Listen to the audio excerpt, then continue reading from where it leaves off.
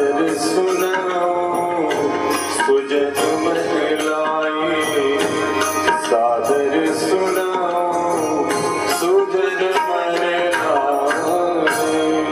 कहो कथा सोई सुखद सुहाई, सादर सुनहु सुजन मन लाई। प्रातः वंदनीय गोस्वामी श्री तुलसीदास जी महाराज कहते हैं, वही पवित्र राम कथा जो महामोह को नष्ट करने के लिए ठीक उसी तरह है जिस तरह महिषासुर के लिए कालिका कराला। राम कथा अभी आपने सुना महिमा में कि शशि किरण समाना, संत चकोर करें तई पाना। आखिर गोस्वामी श्री तुलसीदास जी ने, जैसा कि मैंने अभी आपसे निवेदन किया कि 4 पंक्तियों में 7 कांडों की फलश्रुति और अंतिम मानस की ये अंतिम 4 चौपाइयां हैं। यानी 7 कांडों की चर्चा करने के बाद गोस्वामी श्री तुलसीदास जी महाराज कहते हैं कि यह इतना परिश्रम जो मैंने राम की पावन कथा आपके सामने रखकर की है, उसका उद्देश्य क्या है? बोले उद्देश्य केवल एक है कि आपके दिल और दिमाग में यह बात अच्छी तरह बैठा देना है। क्या? कि यही कली कालन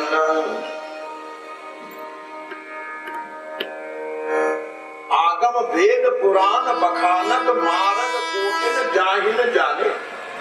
गोस्वामी जी कहते हैं कि आगम वेद पुराण बखानक मारक कोटिन जाहिन जाने, जे मुनि थे पुनि आप ही आप को जानत ईश सो सिद्ध सयाने।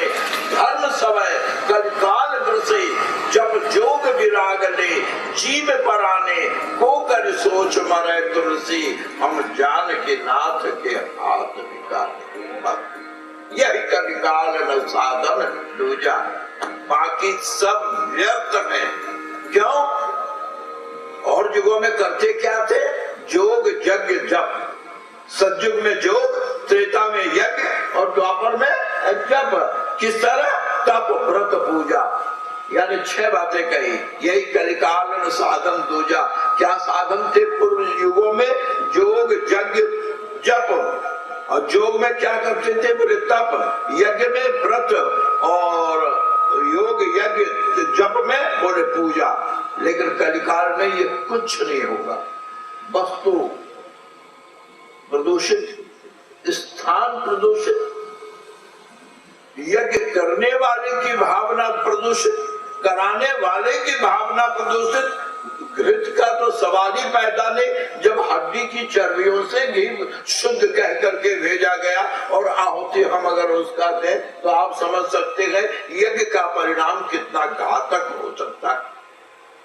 तो कहने का अभिप्राय ये है, गोस्वामी जी कहते हैं डंके की चोट मानुष के विश्राम में। क्या? कि मेरा अनुभव है ये कि यही कली कालन साधन दूजा, जोग यज्ञ जप तो तप व्रत पूजा। उन तीनों के बदले अब क्या हुआ? बोले कलिकाल का योग है राम ही सुमिरिए, और कलिकाल का यज्ञ है गाइए राम ही, और कलिकाल की पूजा है कि संतत सुनिए राम गुण ग्राम ही। कहते हैं सतयुग त्रेता द्वापर तीनों युगों के युग धर्म को राम ही सुमिरिए, ये ध्यान है। आप कहेंगे हम सुमिरते तो हैं पर कोई फर्क नहीं पड़ा। हम सुनते हैं पर फर्क नहीं पड़ा। क्यों? गोस्वामी तुलसीदास जी महाराज कहते हैं फर्क न पड़ने का कारण कवितावली की एक पंक्ति और विनय पत्रिका की एक पंक्ति। गोस्वामी जी कहते हैं कि राम के सुमिरन का फल जो बताया गया शास्त्र विहित एक बार बालक नाम कहत नर गोस्वामी जी कहते गए कि बार एक नाम कहा था, अगर एक बार भी कोई नाम कह दे तो होत तरण और तारण नर देवो। हम 1000 बार कह रहे, क्या हमारा सुमिरन नहीं है? गोस्वामी जी कहते नहीं, क्यों? नाम बेच खात टूक टाक, सुमिरन कहा, ये तो व्यापार है तुम्हारा। शिव सर्वस सुख धाम नाम तब, तुलसीदास राम जी से कहते हैं, प्रभु शिव सर्वस सुख धाम नाम तब, बीच नरक प्रद उदर भरो। तो सुमिरन कहाँ हुआ? तो सुमिरन किसको कहते गए? तो गोस्वामी जी महाराज विनय पत्रिका में बताते गए, प्यारे भक्तगण, अयोध्या कांड के वातावरण के लिए आप ध्यान दें। गोस्वामी जी कहते हैं तुम्हारे सुमिरन में एक कमी है, क्या? विधि नहीं। बोले सुमिरन की विधि क्या है? बहुत ध्यान देना। सुमिरन की विधि क्या है? बोले सुमिर सनेह सो, एक ही विधि। तुम्हारी पूजा की चीजें केले के पत्ते पर है या सोने की थाली में, भगवान को इससे कोई लेना देना नहीं। तुमने चाय पी करके पूजा की है या खाली पेट पूजा किया है, भगवान को इससे, ये तो तुम्हारी शैली। विधि केवल एक ही है, क्या? सुमिरन की। क्या? कि सुमिर स्नेह सो, स्नेह सो, सुमिर स्नेह सो, तो नाम राम राय को, सुमिर स्नेह सो, नाम राम राय को, सुमिर स्नेह सो,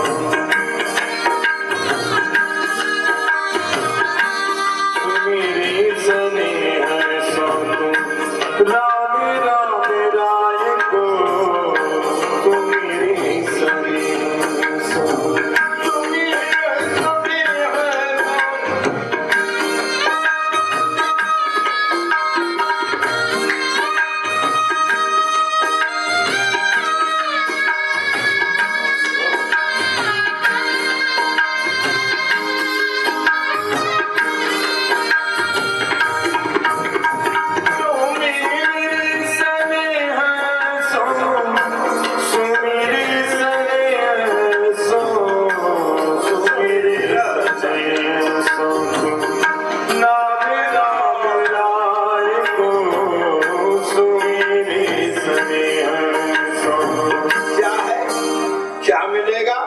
गोस्वामी तुलसीदास जी कहते हैं क्या मिलेगा?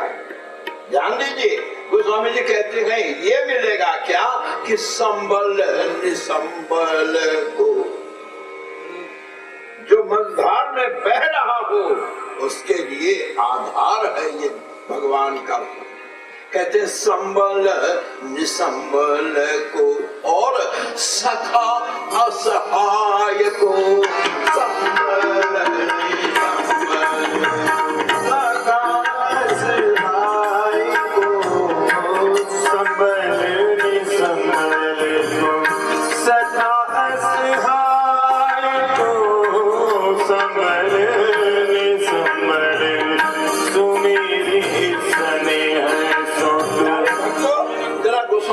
शब्द पर ध्यान दें। गोस्वामी जी कहते हैं कि ये नाम अकुलीन को, अजामिल सेना नाई सतना कसाई, कहते कुल अकुलीन को सुने है वेद साखी है, और पांगुरे को हाथ पाए और आंधरे को आंखी है, सुमिर राम राम राय को, सुमिर स्नेह सो, नाम राम राय को, संबल निसंबल को, सखा असहाय को, सुमिर स्नेह सो।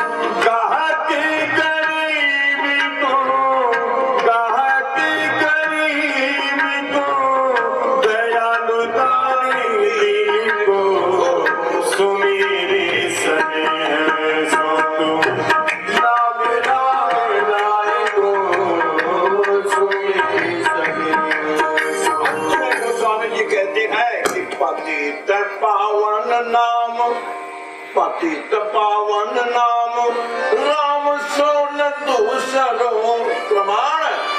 बोले लोग मुझसे नफरत करते थे, मैं किसी के द्वार की ओर बढ़ता था तो लोग दरवाजा मनहूस जानकर बंद कर देते थे, द्वार फिरत बिन टूक के, लेकिन अब सोजग पूजत पाए। बोले क्यों? इसलिए कि तब तुलसी बिन राम के थे अब राम सहाय। तो कहते गए कि मैं प्रमाण हूँ कि पतित पावन नाम राम सो न दूसरो प्रमाण। बोले सुमिरी सुभूमि भायो तुलसी सो ऊसरो। राम राम राय को सुमिरी सनेह सो, राम राम राय को संभले संभल को, सखा सहाय को। और अगर नहीं सुमरेगा तो गोस्वामी जी महाराज बात को यहाँ विश्राम देते हैं कि मन पछुतई है अवसर बीते। मानव के जीवन में, मैंने श्रीनाथ धाम में एक बार कहा था कि मानव के जीवन में सबसे बहुमूल्य है समय। कहा वर्षा जब कृषि सुखाने, समय चूक लम्हे की चूक की सजा सदियों में भोगनी पड़ती, सदियों में भोगनी पड़ती। जरा सी चूक अगर न होती तो आज देश का इतिहास कुछ और होता। इसलिए अयोध्या कांड के प्रारंभ में गोस्वामी तुलसीदास कहते हैं, मैं राम और भरत, ये दोनों में फर्क क्या है? एक लक्ष्य है और एक पथ है। व्यक्ति को अपने जीवन में लक्ष्य प्राप्ति के लिए तीन बातों की जरूरत होती है, लक्ष्य, पथ और पथ प्रदर्शक। रामचरितमानस में लक्ष्य है राम, पथ है भरत और पथ प्रदर्शक है जय जय जय हनुमान गोसाई कृपा करो गुरुदेव की नाई। तो श्री भरत पथ है और राम लक्ष्य है। गोस्वामी जी अंत में कहती हैं भरत चरित्र के कि श्री राम प्रेम पीयूष पूर्ण होत जन्मन भरत को, तो मुनि मन अगम यम नियम समदम विषम व्रत आचरत को, दुख दाह दारिद दम्भ दूषण सुयश मिश अपहरत को, अपरिदान तुलसी से सरहनि हठि राम सन्मुख करत को, जोन होत जग जन्म भरत को, तो सकल धर्म धुर धरनि भरत को। अतः प्यारे प्रभु प्रेमियों, गोस्वामी जी कहते मैं पक्षपात नहीं करूंगा। आप कमाल देखिए अयोध्या कांड को, 156 दोहे और 4 चौपाई में रामचरित है मानस में, और ठीक 156 दोहे 4 चौपाई में भरत चरित है। गोस्वामी जी ने कहा मैं दोनों को बराबर तराजू पे रखूंगा, फिर देखूंगा कि किसमें गरिमा ज्यादा है। ये कमाल, ये 13 दोहे जो ज्यादा हैं टोटल में, अयोध्या कांड के टोटल दोहे हैं 323, तो जो 13 ज्यादा है वो दशरथ के श्राद्ध के हैं। हमारे यहाँ श्राद्ध के 13 दिन ही होते हैं, इसलिए गोस्वामी जी ने बीच में वो 13 दोहे दशरथ मृत्यु और श्राद्ध के रखे हैं, वरना भरत चरित्र और रामचरित्र 4 दोहे पे खत्म किया था रामचरित्र चित्रकूट में, और वहीं से 4 चौपाई से भरत चरित्र उठाते हैं अनरथ अवध आरंभे जबते। तो कहने का अभिप्राय ये है कि दोनों को बराबर गोस्वामी जी महाराज रखते हैं। पहले आप पृष्ठभूमि में राम का चरित्र देख लीजिए चित्रकूट तक पहुंचना, फिर भरत का चरित्र देखिए, अयोध्या से राम भी चित्रकूट गए और अयोध्या से भरत भी चित्रकूट गए। राम तापस बनकर गए, सबको छोड़ कर गए, लेकिन भरत सबको बटोर कर गए। राम ने प्रजा को रोता छोड़ा जंगल में, लेकिन उनके आंसू को पोंछ करके ही भरत ने राम दर्शन का लक्ष्य अपना बनाया। ऐसे लाडले परम प्यारे श्री भक्त शिरोमणि भरत के पावन चरित्र के पूर्व चरित्र पर अब हम आज विचार कर रहे हैं। प्यारे प्रभु प्रेमियों, अयोध्या कांड की प्रारंभ में गोस्वामी जी महाराज ने सोचा पता नहीं क्या उत्पात हो, जिसने राम राज्य में उत्पात किया कहीं मेरी कथा में उत्पात ना हो, इसलिए इन्होंने अयोध्या कांड के मंगलाचरण में पूरी राम कथा एक श्लोक में कह दी। ये बड़ा पॉपुलर है। शुरू करते हैं, नीला मुझ श्यामल कोमलांगम सीता समारोह पितुबाम भागम पाणो महाशायक चारु चापम नमामि रामम रघुवंश। मतलब आपने समझा? बोले पूरी रामायण एक बार कह दो, विघ्न हो तो बीच में हो, कथा तो खंडित ना हो। मतलब नीला मुझ श्यामल कोमलांगम जन्म बालकांड पूर्वार्ध, सीता समारोह पितुबाम भागम विवाह और बालकांड उत्तरार्ध, पाणो महासायक चारु चापम अयोध्या से लेकर लंका, नमामि रामम रघुवंशनाथम उत्तरकांड। यानी एक श्लोक में पूरी राम कथा वर्णन करके एक प्रश्न होता है, प्रारंभ में जब गुरु वंदना कर चुके थे तो फिर अयोध्या कांड में पुनः गुरु वंदना करने का प्रयोजन क्या? अगर करना जरूरी था तो हर कांड में फिर क्यों नहीं? तो गोस्वामी तुलसीदास जी महाराज की इसके दो भाव हैं। गुरु वंदना करके ही रामचरित प्रारंभ किया था और गुरु वंदना करके ही भरत के चरित्र को प्रारंभ करती है। और प्यारे भगवत भक्तों, गोस्वामी जी महाराज कहते हैं, जरा कड़ी मिलाना देखिए। बाल कांड में छोड़ा था प्रसंग जो मैंने विश्राम दिया था, आए राम ब्याही घर जबते, तो जबते ही उठाया। अयोध्या कांड की पहली चौपाई है। बाल कांड का अंत है, जैसे घाट बनते हैं तो ईंट से ईंट मिलाकर अलग नहीं बनते हैं, वैसे बाल कांड की अंतिम चौपाई है, आए राम ब्याही घर जबते। और अयोध्या कांड की पहली चौपाई है, जबते राम ब्याही घर,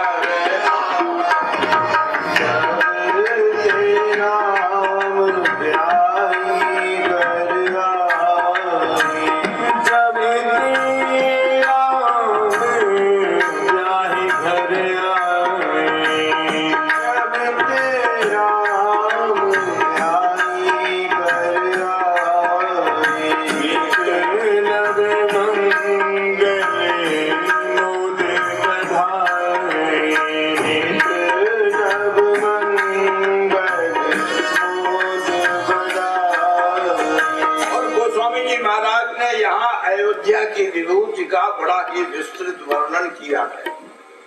उन्होंने बताया है कि सारी संपत्ति रिद्धि सिद्धि, जिस तरह सारी निधियां समुद्र में गिरती हैं, उसी तरह सारी सिद्धियां इस समय अयोध्या रूपी समुद्र में अपनी सारी सिद्धियां उधेड़ रही है। अयोध्या वालों के लिए हर दिन होली का दिन होता और हर रात दिवाली होती है। 12 साल बीत गए और किसी को पता नहीं चला कि इतने साल बीत गए। नित नव मंगल। इस तरह गोस्वामी तुलसीदास जी महाराज ने बताया कि विवाह करके अयोध्या आकर के 12 वर्षों तक श्री राम का दाम्पत्य वैवाहिक पारिवारिक जीवन था, जिसका उल्लेख करना उन्होंने कोई जरूरी नहीं समझा। राम के चरित्र का भी वही अंश उन्होंने दिया है जो अंश लोक के लिए कल्याणकारी और आदर्श हो। उनके पारिवारिक जीवन की कोई चर्चा 12 साल की हमें नहीं मिलती है। और सबसे अनोखी बात जिसका ध्यान अब मैं आपकी ओर ले जाना चाहता हूँ कि मानस में राम के बाद दूसरे नायक हैं, यानी सह नायक हम कह सकते हैं रामचरित के, वो है श्री भरत। लेकिन विवाह के बाद ये कब गए, क्या मानस में उल्लेख है? 12 साल तक अयोध्या में नित नव मंगल मोद बधाए, रोज आनंद और रोज खुशी, हर रात को दिवाली मनती है। तो कहते हैं भरत जी इन 12 वर्षों के बीच कब गए और कहां गए, कोई उल्लेख मिलता है क्या? कोई नहीं। कुछ नाट्यकारों ने, जैसे ये रामानंद सागर ने जो रामायण बनाई, तो उसने जोड़ने, खैर उसकी बात छोड़िए, लेकिन प्रामाणिक किसी भी ग्रंथ में इसका कोई है कि भरत जी महाराज, आपको मैं पूछता हूँ, लक्ष्मण 12 साल तो क्या 12 घंटे भी राम से अलग रहते या मानस में कहीं रहे हैं? लक्ष्मण के बिना राम को कहीं भी आप रामलीला में अगर राम आप बनाएंगे तो लक्ष्मण बनाना ही पड़ेगा। भरत न बनाओ, शत्रुघ्न न बनाओ, न रोलन नहीं बनाओ, दशरथ नहीं बनाओ, हनुमान नहीं बनाओ। बालकांड में काहे को हनुमान बनाए? लेकिन लक्ष्मण तो 12 के निज हित पति जानी, लक्ष्मण राम चरण रति मानी। और भरत के लिए भी कहते हैं कि भरत शत्रुघ्न दोनों भाई प्रभु सेवक जस प्रीति। तो जब भरत को भी प्रीति है लक्ष्मण की तरह की, तो लक्ष्मण अयोध्या छोड़कर कहीं नहीं गए। श्री भरत कहाँ गए? और गोस्वामी जी ने बताया क्यों नहीं, या किसी रामायणकार ने बताया क्यों नहीं? अभिप्राय ये है प्यारे प्रभु प्रेमियों कि भरत ने यह गोपनीय रखा, इसीलिए सभी रामायणकारों ने उसको उस समय गोपनीय ही रखा। उजागर तो चित्रकूट में हुआ। कारण क्या था? आइए आज प्रारंभ के दिन हम उत्पाद को भीतर नहीं आने देना चाहते हैं, यानी मंथरा को भीतर नहीं आने देना चाहते हैं। इसलिए आपको पृष्ठभूमि थोड़ा आपको निवेदन कर दूं कि भरत जी महाराज कहाँ गए, क्यों गए और कारण क्या?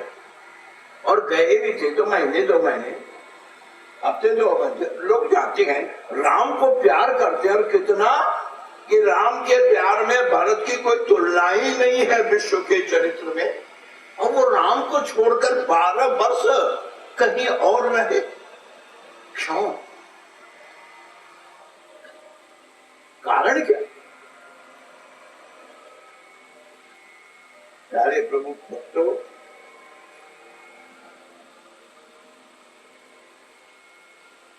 मिथिला में जब राम के साथ यह प्रसंग कुछ जो बात वहां कमी रह गई थी अंतिम दिन समारोह के कारण, आज उसे पूरी किए दे रहा हूं, तो इसके बिना आगे भरत चरित्र चलेगा नहीं।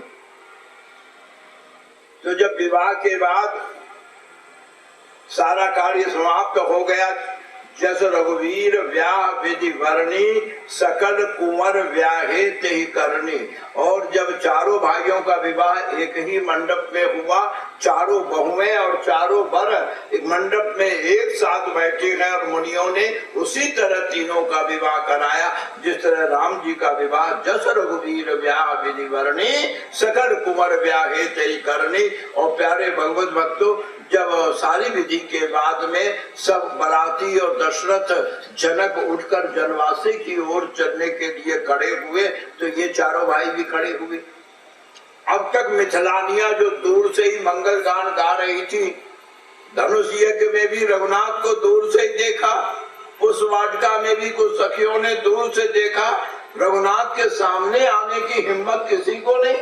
लेकिन अब तो रिश्ता बन गया, इसलिए गोस्वामी तुलसीदास जी महाराज कहते हैं, गीतावली में बताते हैं कि जैसे चारों कुंवर उठकर खड़े हुए, मिथिलानियों ने चारों ओर से रघुनाथ को घेर लिया। आप कहाँ चले? लक्ष्मण जी ने कहा वो भाई पिताजी जा रहे हैं ना, तो मिथिलानियों ने हंस के कहा ब्याह पिताजी का नहीं आपका हुआ है, आपकी छुट्टी नहीं है अभी। क्यों? अभी तो मुनियों ने वेद विधि से विवाह कराया है, लोक विधि तो सारी की सारी पड़ी हुई है। अब बिना लोक विधि के विवाह पक्का नहीं होगा। तो लखन जी कहते हैं भैया बहुत थक गए हैं, जो भी करना हो जल्दी कर लो। बोले तो फिर एक काम कीजिए, आप लोग कर दीजिए विधि, हम लोग रात भर करती रहेंगे, फिर आप लोग विश्राम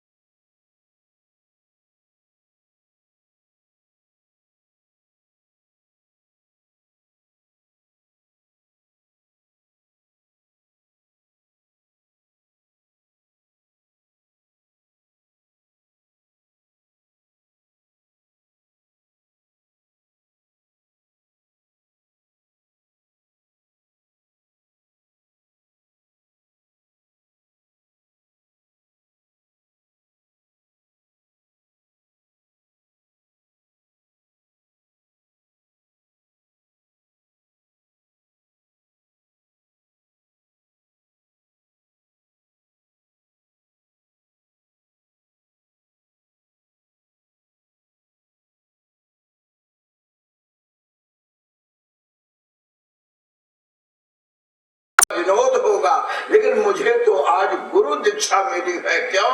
कि अगर तुम राम का प्रेम पाना चाहते हो, इन्होंने मुझे शिक्षा दी है कि राम नहीं, राम के चरण नहीं, राम की चरण पादुका की शरण में जाओ, तब कहीं तुम्हें राम की कृपा मिलेगी।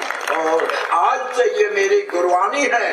अब मैं राम की शरण में भी नहीं हूँ और राम के चरण की भी शरण में नहीं। जब चित्रकूट जाते हैं भरत, उस समय लोगों ने कहा कहाँ जा रहे हो? बोले रामचरण दर्शन को। बोले अगर प्रतिकूल हो जाए तो? बोले हो जाओ, जानो राम कुटिल कर मोही, लोग कहो गुरु शाही विद्रोही।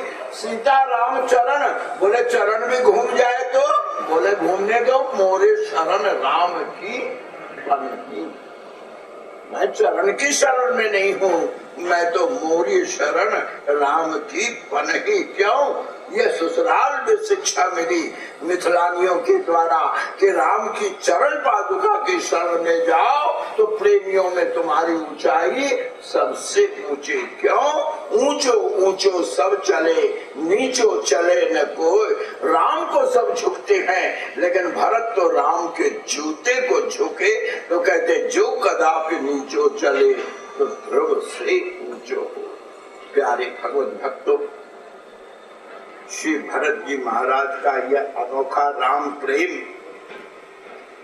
मिथिला में चर्चा का विषय तो बना, लेकिन स्त्रियों की बात तो आप जानते हैं। अगर किसी बात को पूरे गांव में फैलाना हो तो किसी स्त्री के कान में बात डाल दीजिए, 7 दिन में वो बात पूरे गांव में फैल जाएगी। और अगर ये कह दीजिए कि किसी से कहना नहीं, तब तो 3 दिन में फैलेगी, तब 3 दिन में फैलेगी। एक फकीर ने कहा है क्या कि चलनी में पानी नहीं टिकता और फक्कड़ के पास पैसा नहीं टिकता है, और औरत के मन में बात नहीं पसती है, वो नहीं पसंदी। और वही हुआ जब खीर खिलाई हो रही थी। ये श्री मिथिला प्रसंग गूढ़ रहस्य। प्यारे प्रभु प्रेमियों, खीर खिलाई में औरतें जो लोक गीत गाती हैं, तो आज भी वही होता है। एक गीत गाएंगी, फिर 2 मिनट गप करेंगी, पड़ोस का हाल पूछेंगी, इधर उधर की बात करेंगी, और फिर उसके बाद दूसरा गीत शुरू करेंगे। यानी बीच का जो इंटरवल है वो चर्चा में बीतेगा। तो प्यारे प्रभु जब चर्चा, अरे चलो फिर से गीत शुरू करें, वही मिथिला में हो रही है। गीत गाती है और गीत गाते गाते जब चर्चा में आती कहते देखो एक गड़बड़ी तो हो रही है। एक ने कहा क्या हो रही है? बोले हो ये रही है, एक घर में 2 लड़की का जाना खतरनाक होता है, 2 सगी बहनों का, और यहाँ तो 4-4 बहनें एक साथ जा रही हैं एक ही घर में, पता नहीं उन्हें क्या होगा। बोले होगा क्या? जानकी महारानी बनेगी, और क्या होगा? क्या चारों रही हैं, लेकिन मालकिन तो जानकी बनेगी ना। क्यों? बोले वो बड़े बेटे की बहू बनकर जा रही है, जनक की बेटी महारानी बनेगी। तो जनक के छोटे भाई की बेटी मांडवी, जो उनकी कन्या मांडवी जो ब्याही थी भरत को, तो मांडवी के पक्ष की औरतें कहती है क्यों जानकी बनेगी? बड़े बेटे की होने से क्या होगा? बोले रघुवंश का नियम है, जेठ स्वामी सेवक लघु भाई, यह दिनकर कुल रीति सुहाई। इसलिए राम राजा बनेंगे तो जानकी महारानी बनेगी, जनक की बेटी महारानी बनेगी। लेकिन मांडवी की पक्ष की होते बोले अरे वाह जानकी बनेगी। कैसे बनेगी? कुल का नियम कुछ भी हो, लेकिन दशरथ वचनबद्ध है।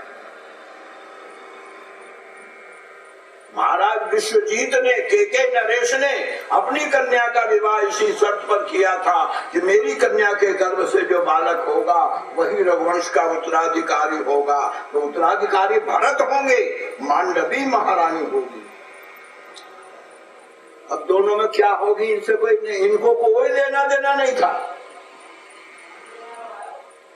एक संत कहते हैं कि आजकल बहुओं का, स्त्रियों का 4 ही काम रह गया। क्या? बड़ों से बेमतलब बहस करना, और बहस में हार जाना तो रोने लगना, और रोते रोते सो जाना, और सो के उठना तो कहना मैं पियर चली जाऊंगी, तुम देखती रहिए। लेना देना कुछ नहीं। ये औरतें गीत गाने को बुलाई गई थी मतलब गीत गाने का, लेकिन ये घर के पॉलिटिक्स में बोल रही है। खीर खिलाई में कहीं ये उड़ती फुड़ती बात भरत भैया के कान में पड़ गई। क्या कि मांडवी महारानी बनेगी, शर्त से भरत राजा बने। राम भरत चौंके, क्या राम राज्य में बाधक मैं बनूंगा? राम राज्य में बाधक मैं बनूंगा? अगर यह बात लोक चर्चा में आगे बढ़ी तो दो पक्ष बन जाएंगे। भरत ने वहीं कुछ निर्णय लिया, और आप गोस्वामी जी ने कहा कि ये चार बातें छिपाने पे ही सफल होती हैं। जोग जुगुत तप मंत्र प्रभावु फलय तबहि जब करिए दुरावु। आपने कोई स्कीम बनाई और पहले आउट कर दिया तो आपके पास साधन नहीं, जिसके पास साधन है वो फायदा उठा लेगा। गोस्वामी जी कहते हैं खबरदार ये चारों बातें कभी प्रकट मत करना। जोग जुगुति तप और मंत्र, गुरु से जो मंत्र प्राप्त हुआ है, जोग जुगुति तप मंत्र प्रभाव फलय तबहि जब करिए दुरावु। भरत भैया ने मिथिला में ही कुछ निर्णय लिया। अब प्यारे प्रभु प्रेमियों, बारात आने के बाद केकई के भाई युधाजीत ने केकई से यह निवेदन किया कि पिताजी वृद्ध और बीमार होने के कारण विवाह में सम्मिलित न हो सके। उनकी इच्छा है कि तुम बहू और बेटे को साथ लेकर कुछ दिन अगर कश्मीर आ जाते तो पिताजी भी बहू का मुख देख लेते और तुम्हें